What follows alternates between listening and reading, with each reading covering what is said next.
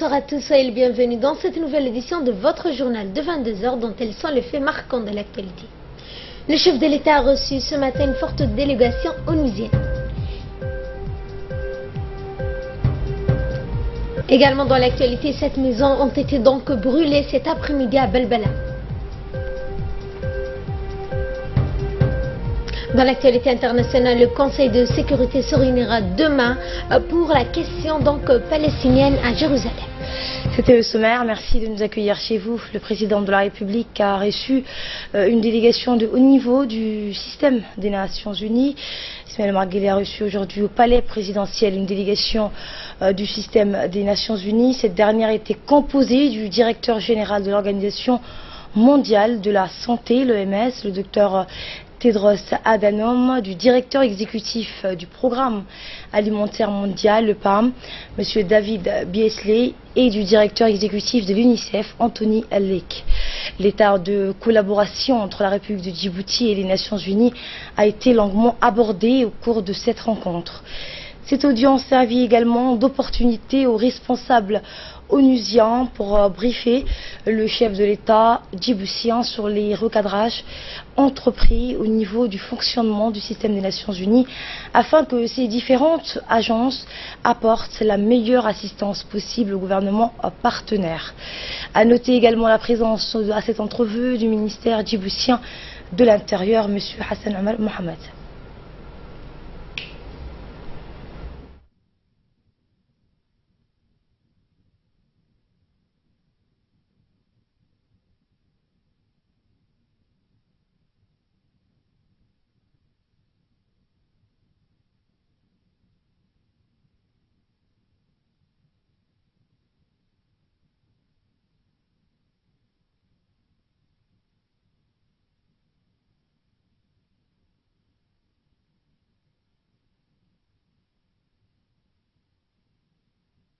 Et après leur entretien avec le président de la République, le directeur général de l'OMS, le directeur exécutif du PAM et leurs collègues en charge de l'UNICEF ont tous trois donc à l'issue de leur entretien exprimé donc et salué précisément donc le concours que la République de Djibouti apporte à la communauté internationale dans la régulation de nombreuses crises donc humanitaires qui secouent cette partie du monde. Djibouti a dernièrement donc joué un rôle moteur dans l'accueil et l'assistance des réfugiés yéménites fuyant les affres de la guerre, selon donc le directeur du PAM.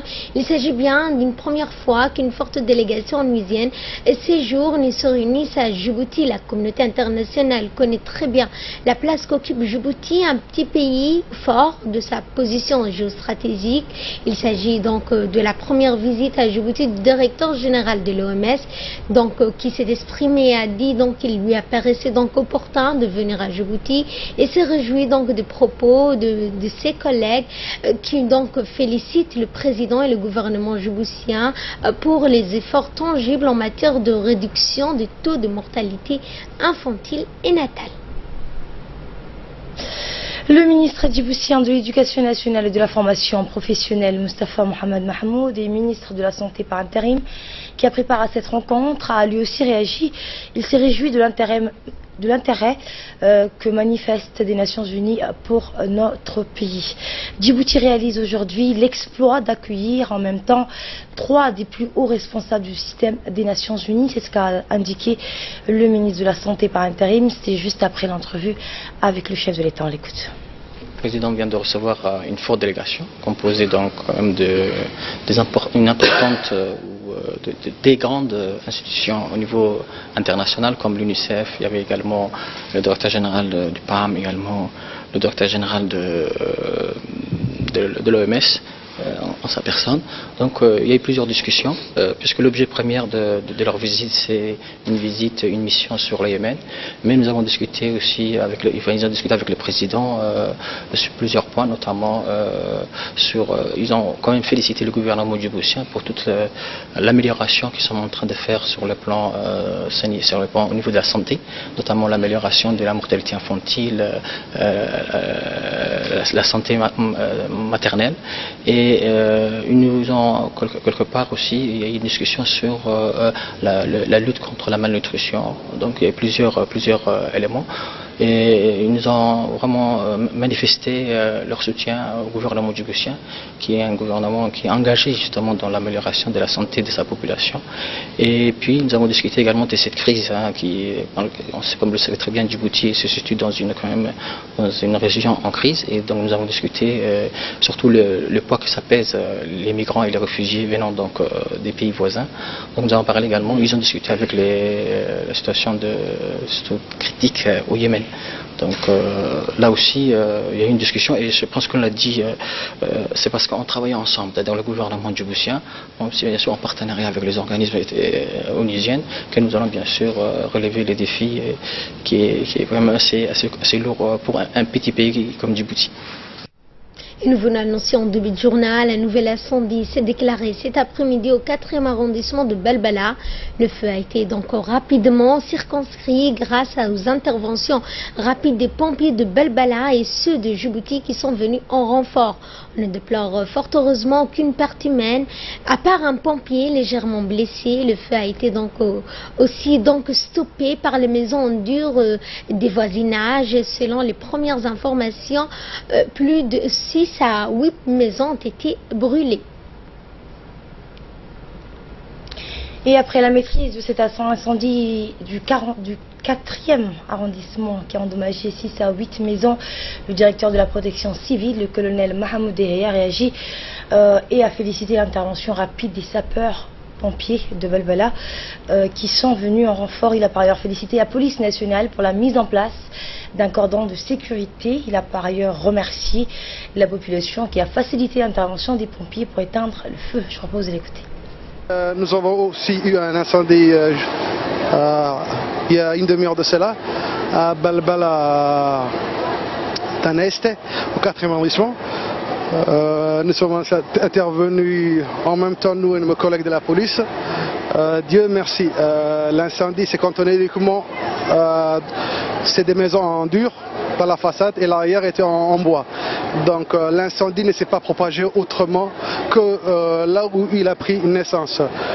Nous sommes arrivés avec rapidité, le centre de Balbala est arrivé en premier lieu et nous sommes arrivés en renfort pour les renforcer.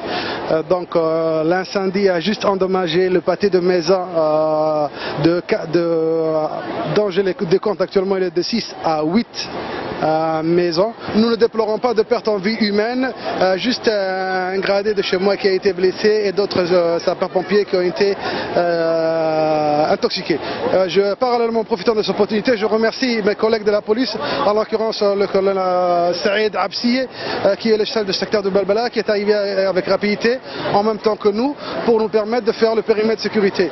Je pense que le message est passé et que la population a bien négocié aujourd'hui avec nous, nous a facilité et que notre message de tolérance et de soutien aux pompiers et à la police a bien fonctionné. Nous le remercions aussi de leur côté et nous demandons à ceux qui continuent de la sorte. Et l'assistance pour les sinistrés des 3 incendies de Balbala, vous rappelons-le, qui ont eu lieu mardi dernier, continue toujours à affluer. Cette fois, c'est le comité d'organisation de soutien aux familles des sinistrés qui a remis un don aux populations qui sont victimes de cet incendie. Cette fois, c'est le groupe Royal qui a octroyé un don de denrées alimentaires au profit des sinistrés de Balbala, composé de cartons de tomates, de pâtes, de bidons d'huile. Le don a été remis au président de la commune de Balbala, Wabari Nour Eleye, qui a remercié le représentant du groupe Royal pour son soutien au profit des sinistrés de la commune de Balbala. Dans le reste de l'actualité, dans le cadre de la mise en exploitation du projet du nouveau chemin de fer reliant Djibouti à Addis Abeba, la commission ministérielle conjointe chargée de l'opérationnalisation du chemin de fer a tenu sa 2e réunion à Addis Abeba. La réunion a été coprésidée par Ahmed Soufiane, ministre du cabinet du Premier ministre éthiopien, et Mohamed Abdelrad El-Moussa, le ministre djiboutien de l'équipement et des transports. La rencontre a vu la présence du ministre des Affaires étrangères et de la coopération internationale, Mohamed Ali Youssouf, du secrétaire général du ministère de l'équipement et des transports, Saïd Nour Hassan, des directeurs généraux des sociétés de chemin de fer, des compagnies d'électricité, de l'immigration, des douanes et d'autres responsables des administrations et des établissements publics des 2 pays. Étaient inscrits à l'ordre du jour plusieurs questions, dont celle de l'électrification de la ligne, la tarification, la mise en service du poste de contrôle commun, les connexions avec les ports et les centres logistiques à Djibouti comme en Éthiopie et d'autres sujets d'importance capitale. Les experts des deux pays en charge de ces questions ont fait rapport à la commission de l'état d'avancement des derniers travaux. Et selon les informations recueillies, la phase test des trains électriques a débuté depuis plusieurs semaines et se poursuit. La commission s'est penchée également sur le contenu d'un projet de protocole d'accord sur l'utilisation et le fonctionnement du poste de contrôle commun à la frontière de Dawanlé pour le corridor ferroviaire.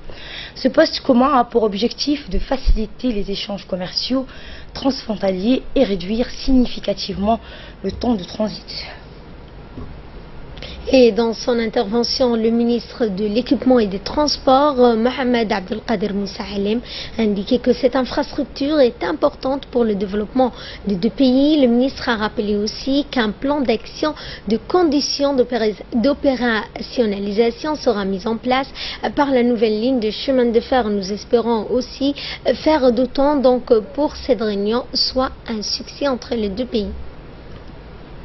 Retour à Djibouti, le ministre de la décentralisation, Hamadou Mohamed Aramis, a présidé ce week-end la cérémonie d'inauguration d'une nouvelle bibliothèque dans la localité de Adailou, située dans la région de Tadjoura. Cette bibliothèque a été dédiée à Feu Djilani Dimbio, fondateur et premier président de l'ONG, un jeune qui avait lutté pour la promotion du développement économique et social de la région de Wima.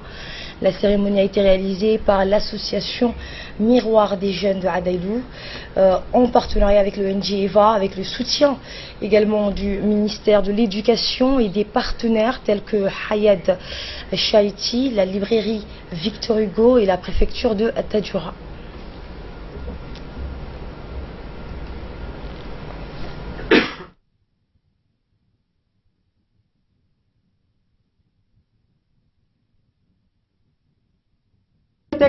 Djilani Dimbio pour rendre nos hommages les plus vibrants à notre précurseur, à notre modèle, notre aîné, que nous suivons tous.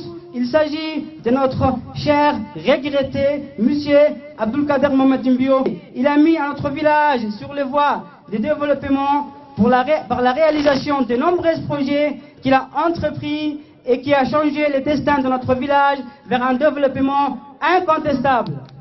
Pour l'inauguration d'une bibliothèque initiée par l'association Miroir de la jeunesse d'Adailou et dédiée à une des figures les plus emblématiques que notre région ait connue. Un homme qui a tant œuvré pour le développement éducatif, social, économique et culturel, fit un immense don de soi pour non seulement la scolarisation des enfants, mais aussi leur réussite et leur épanouissement.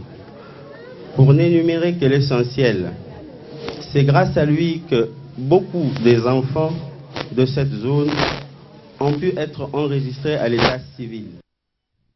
Le ministre de la décentralisation, Hamadou Mohamed Aramis, s'est réjoui d'être associé à l'inauguration de la nouvelle bibliothèque dédiée à Feu Djilani, un illustre fils d'Adailou, pionnier dans le développement durable dans le secteur.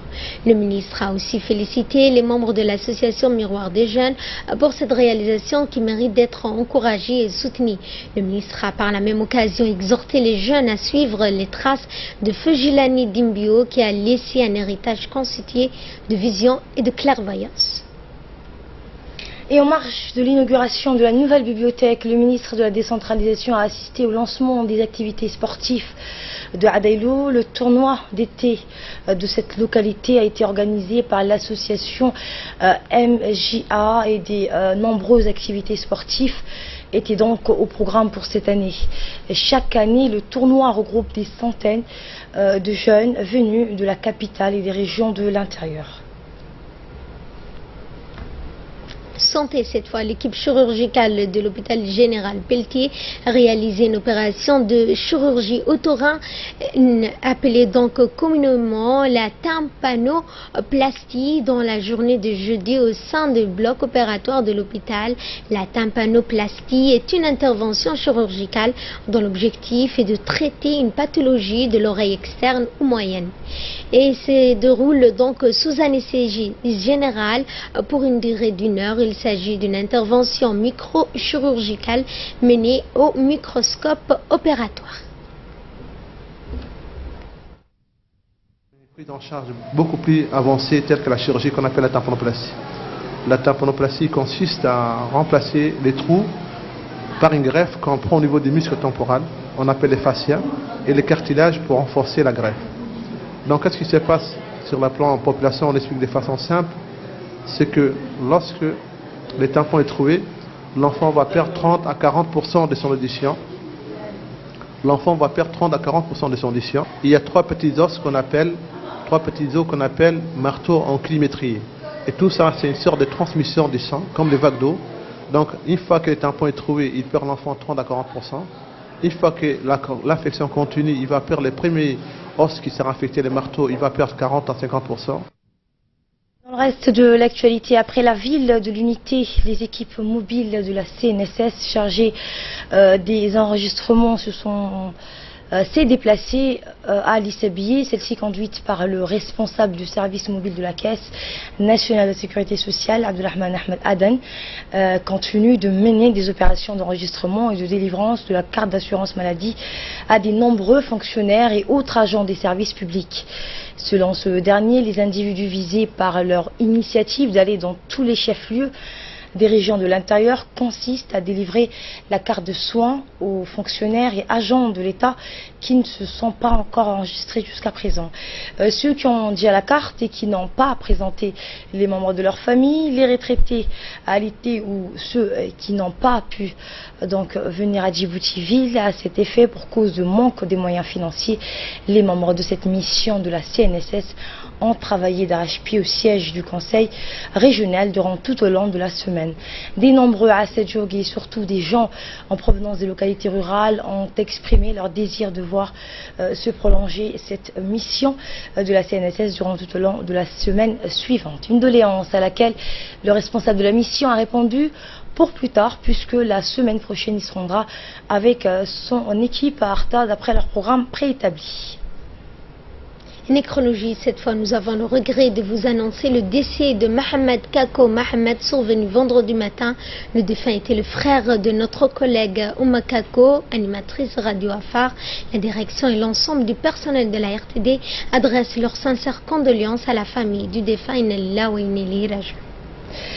Actualité à présent hors de nos frontières, le Conseil de sécurité des Nations Unies va se réunir demain d'urgence pour évoquer les violences à Jérusalem qui continuaient donc hier. 2 Palestiniens ont perdu la vie. Cette réunion doit permettre de parler urgemment de la façon dont des appels à la désescalade peuvent être soutenus. C'est ce qu'a indiqué l'ambassadeur suédois à l'ONU. Et aux États-Unis, pour terminer, Donald Trump joue la carte du droit de grâce contre les accusations qui le touchent. Donald Trump utilise donc tous les moyens pour riposter. Les taux se resserrent autour du président américain dans l'enquête sur l'éventuelle collusion avec la Russie pour remporter la présidentielle. Après de nouvelles révélations, le locataire de la Maison-Blanche a rappelé qu'il disposait d'un droit de grâce total, valable, autrement dit, pour ses proches, pour lui-même. Ses équipes juridiques étaient donc étudie cette éventualité, rapporte cette semaine le Washington Post. Mercredi, Donald Trump a désavoué Jeff Sessions lors de son audition par la commission de renseignement du Sénat. Au mois de juin, le ministre de la Justice a nié toute ingérence à l'issue de ses rencontres avec l'ambassadeur de Russie. Donc, affirme pourtant avoir discuté des élections lors de ses entrevues avec l'ancien sénateur. Voilà, c'est tout pour ce journal. Merci de votre attention. Excellente soirée à toutes et à tous.